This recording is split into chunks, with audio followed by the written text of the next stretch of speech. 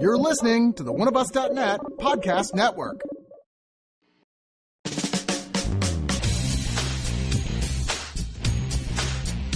Oneofus.net has been your one-stop shop for all things geek for years. But there's a side to them many of you have never heard. The subscription side.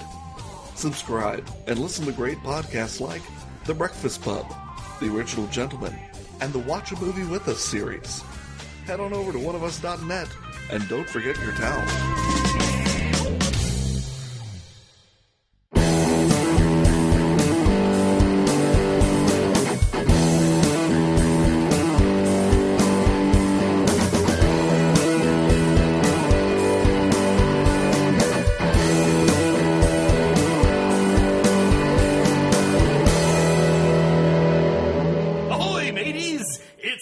Installment in the Pirates of the Caribbean franchise, a.k.a. R, It Blows. A.k.a. Disney likes money, right?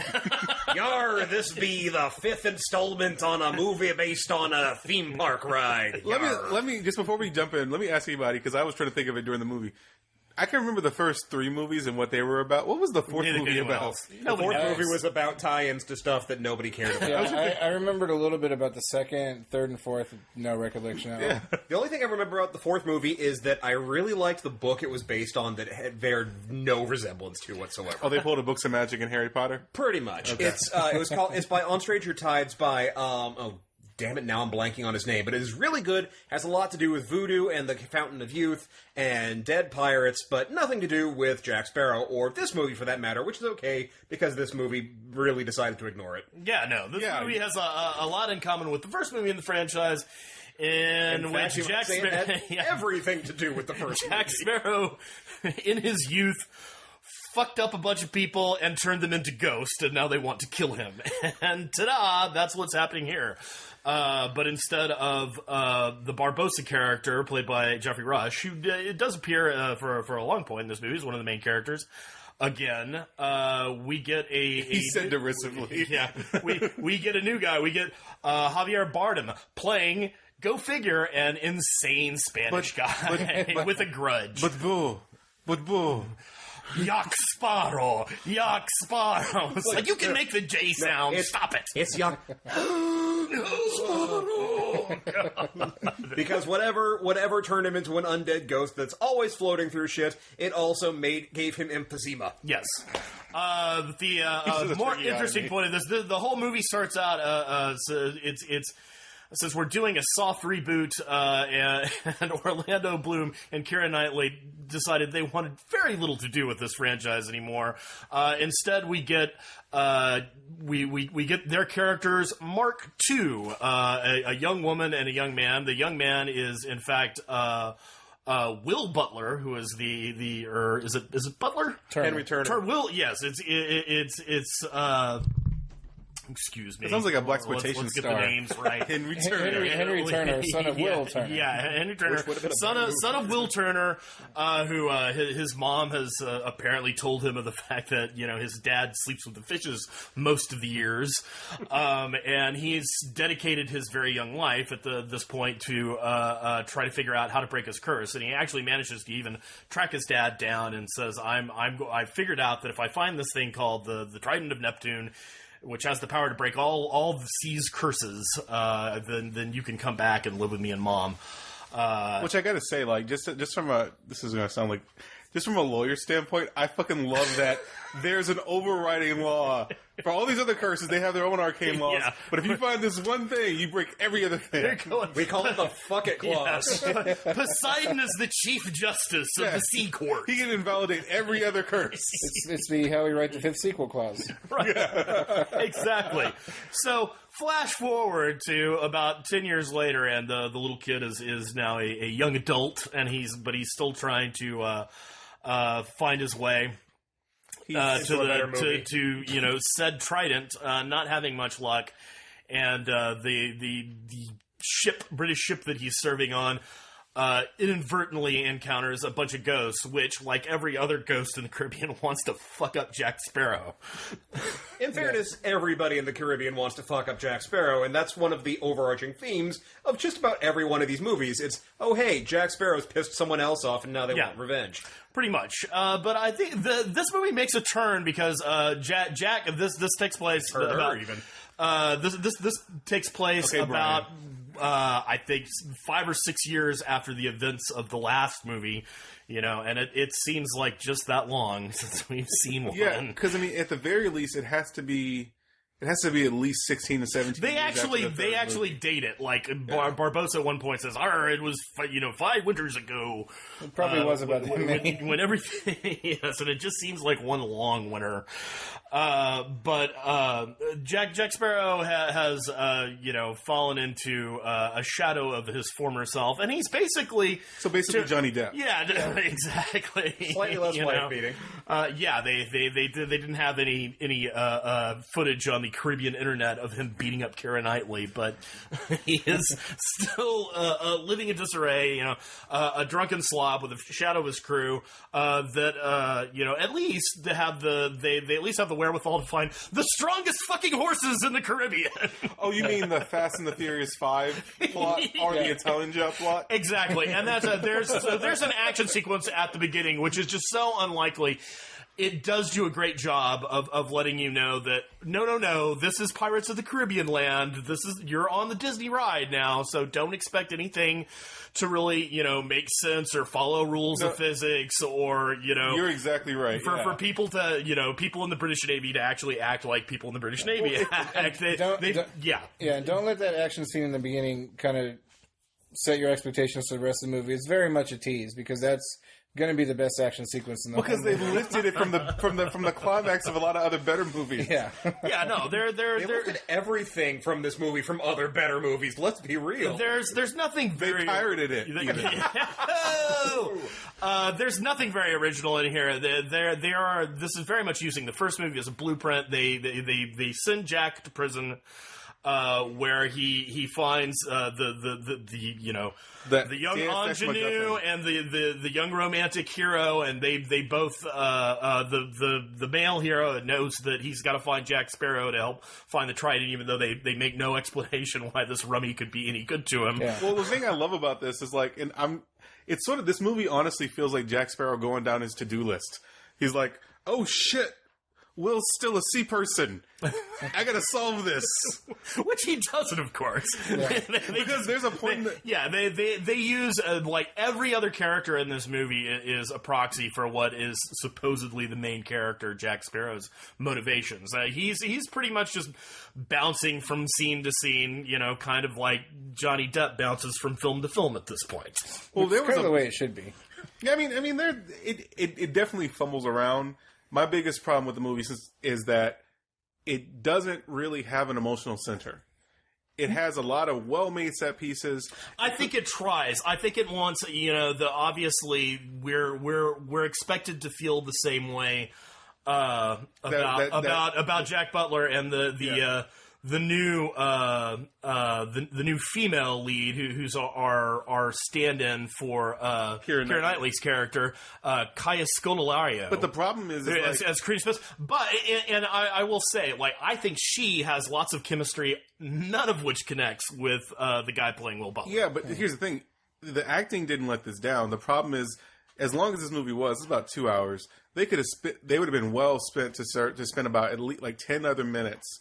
5 minutes for Turner, 5 minutes for I think her name is Corina. Just show me their lives. Show me the effect of Will Turner being gone. Show me what it's like growing up as an orphan in the Caribbean. Give me some reason to care about the resolution you want. I don't know. I think if they did that, I would expect a lot more out of this movie in a whole. It wasn't the fact that I didn't care for the characters. I don't want to give the overall impression that I even think this is a bad installment in the franchise. I think this is, if you're a Pirates of the Caribbean fan, if you've been to all 4 of these movies and had a really good time, this movie's going to make you happy. Yeah. You're going to have, this is a good matinee movie. to take your older kids to, and it's getting on the ride at a Disney park and getting to the end, and nothing's going to really surprise you. This is basically the Disney Shanghai ride. Yeah, it does a lot of things conveniently, and part of the reason why it doesn't take the time to explain all those characters because it probably doesn't feel like it needs to. As long as it is, you have from the opening scene, Henry Turner says he's going to search for Jack Sparrow.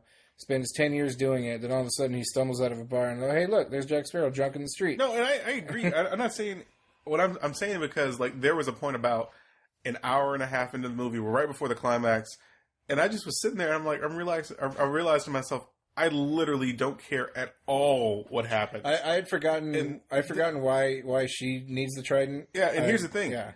I feel like, and we've been seeing this a lot. It's like movies. These types of movies have been getting better. It's like we watched, perfect examples, we watched Baywatch, and 21 Jump Street showed that you can do that type of comedy better. I feel like a lot of the blockbusters that are coming out now show that you can have a very sensationalistic movie, like these great set pieces, but you can give it an emotional center. And so I don't think this is a bad movie. I just think this is the best 2003 movie I've seen in 2017. And to be fair, it's like they seem to expect that shorthand for everything is going to make up for the lacking in the plot. Like you were saying, Elliott, they don't have an emotional center because they just went, oh, daddy issues. Yeah. That is the emotional center, and they expect everybody in the audience to go, oh, I've got daddy issues too. I can totally relate to these characters who have no chemistry with literally anyone else. And one of the major problems with this entire franchise has always been that the reason that we kind of cherished the first movie is it was novel. We were not expecting anything big. It wasn't even based on a Disney, property other than the fact that, hey, we've got a ride with pirates, right? Yeah, it came out of nowhere. Let's make a movie of that. Hey, Johnny Depp's kind of like Keith Richards, but kind of piratey with all of these weird hats and scarves. Let's see if he wants to do something. And it ended up being, relatively charming and fun. Yeah. Nobody expected them to milk, 2 more movies, much less get to 5 with it. But people are still seeing, are still going to see these. People are going to go see this one. The people that make these movies see that there's nothing wrong with their formula, and that's exactly what they did here. The only thing they did a little bit different is they did harken back to the first movie, and they really tie up all of the loose ends that have been hanging from the other movies in a nice little bow, and let Captain Jack Sparrow sail off into the sunset with no ties, and he can go do whatever the fuck he wants in the next 5 or 6 movies. You're right. It's like it's a little bit too pat, and it sort of takes a little bit of the punch out of the third movie. Because the little bit it had. Here's what that punch sounded like. Yeah. The little bit. You have to remember the third movie first. It's like, wait, was that the guy with the tentacle beard, or was that the guy who was rotting? Yeah, but it's like they almost. This felt a little bit like, and this is a weird deep cut. It felt like season 7 of Parks and Rec, where they give everybody such a great ending that you're like, I'm happy for these characters, but you have broken every bit of tension in this show now. You don't need to go to medical school and make a whole series out of that. Yeah, it's like, so all I'm saying is like, they could have, they have good stories to tell in this universe, because one of the things I really do like about this movie is that it shows you how the Caribbean and that era of history and all the legends and folklore, how it starts wrapping up and how we start getting into the modern age. Because at the end, the way that everything goes, you're starting to see, oh, okay, this is how everything turned into legend if this actually happened, if we're living in that universe. And there are good movies at the beginning, a prequel to this series where there was a thing, I forgot where I read it, but apparently Jack became a pirate because he refused to transport slaves. So that'd be a great prequel. Yeah.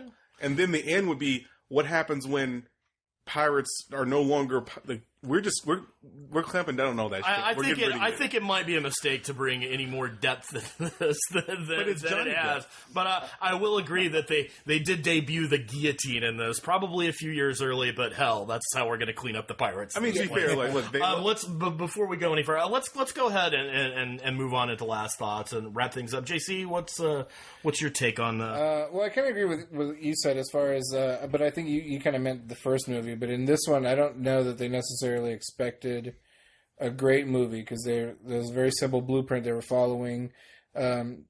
even to the visual of, you know, Jack Sparrow does a thing, and it creates like a you know, a whole effect throughout the ocean, and it's similar to when the coin falls into the first movie into the ocean, and it's like, are they doing anything original? And yeah, it's they very really much love following, Prince of Egypt. Yeah, it's very much following that blueprint. If it's not broken, don't fix it, sort of thing.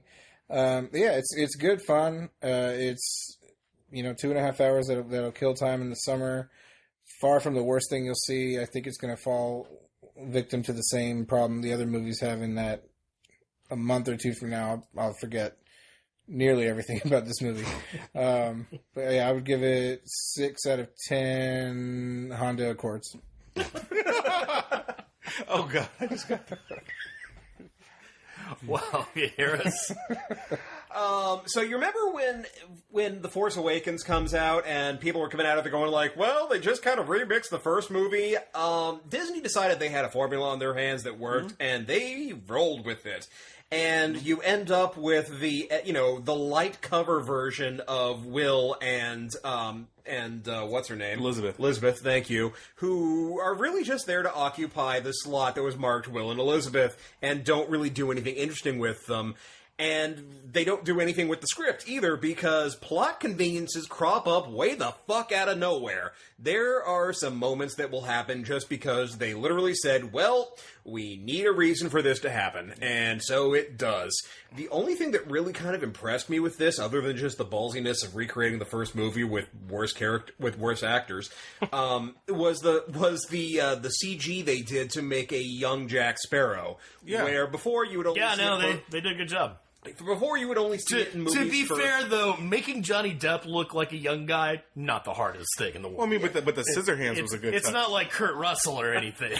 Yeah, but they were really witchcraft. confident with this one, because most of the time you don't really see that much of it, or else they find reasons to cut away a lot. And here they got it front and center on the screen as you get literally the origin of everything Jack Sparrow's wearing.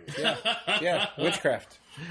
But honestly, it is a remix, and it's not even a good remix. It's the one that you end up hearing on the Light FM station. So we're just going to call this one 5 out of 10 vocabulary jokes.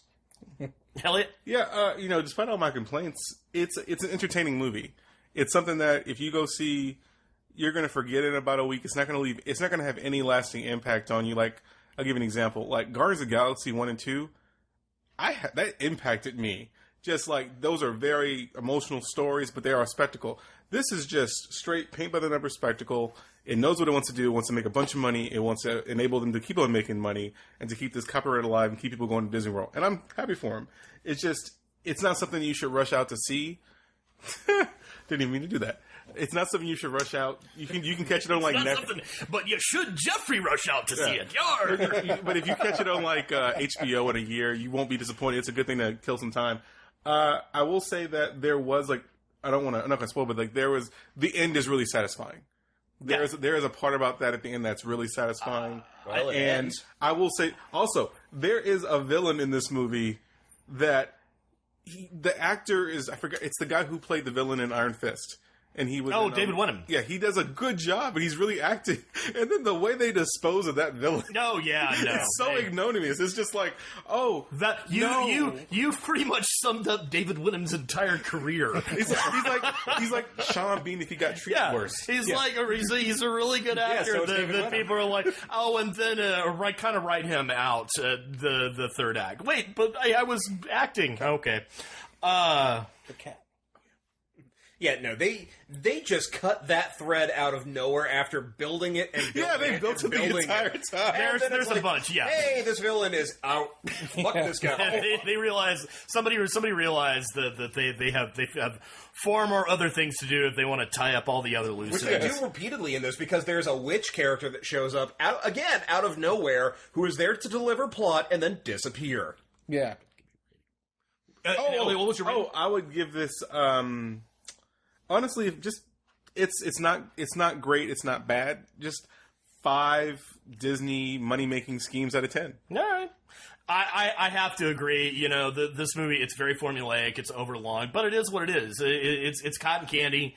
If you like cotton candy, it's going to be good. You taste the sweetness in your mouth, and then you never remember any meal that you've ever had that involved cotton candy. It's just something you're munching down at the fair, and this is a movie that you're going to see on a hot summer day and be like, okay, that was interesting. If you're a fan of the franchise, I think it's going to deliver everything that you're wanting. And I saw people, they were literally, when certain storylines were wrapped up, I saw people kind of applauding to themselves and being very happy in the movie theater.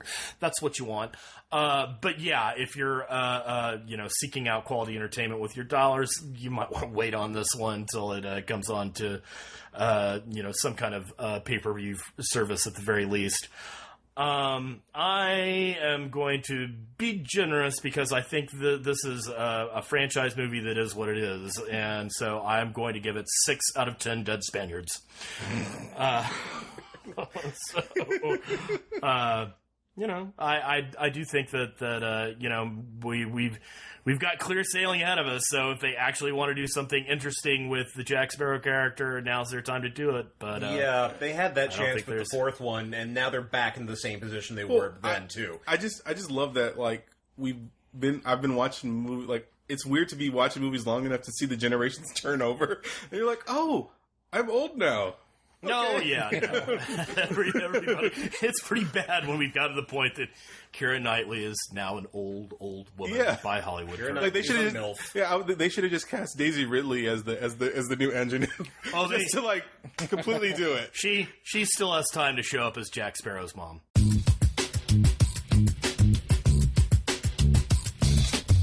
Oneofus.net has been your one-stop shop for all things geek for years. But there's a side to them many of you have never heard. The subscription side. Subscribe and listen to great podcasts like The Breakfast Pub, The Original Gentleman, and the Watch a Movie With Us series. Head on over to oneofus.net and don't forget your towel.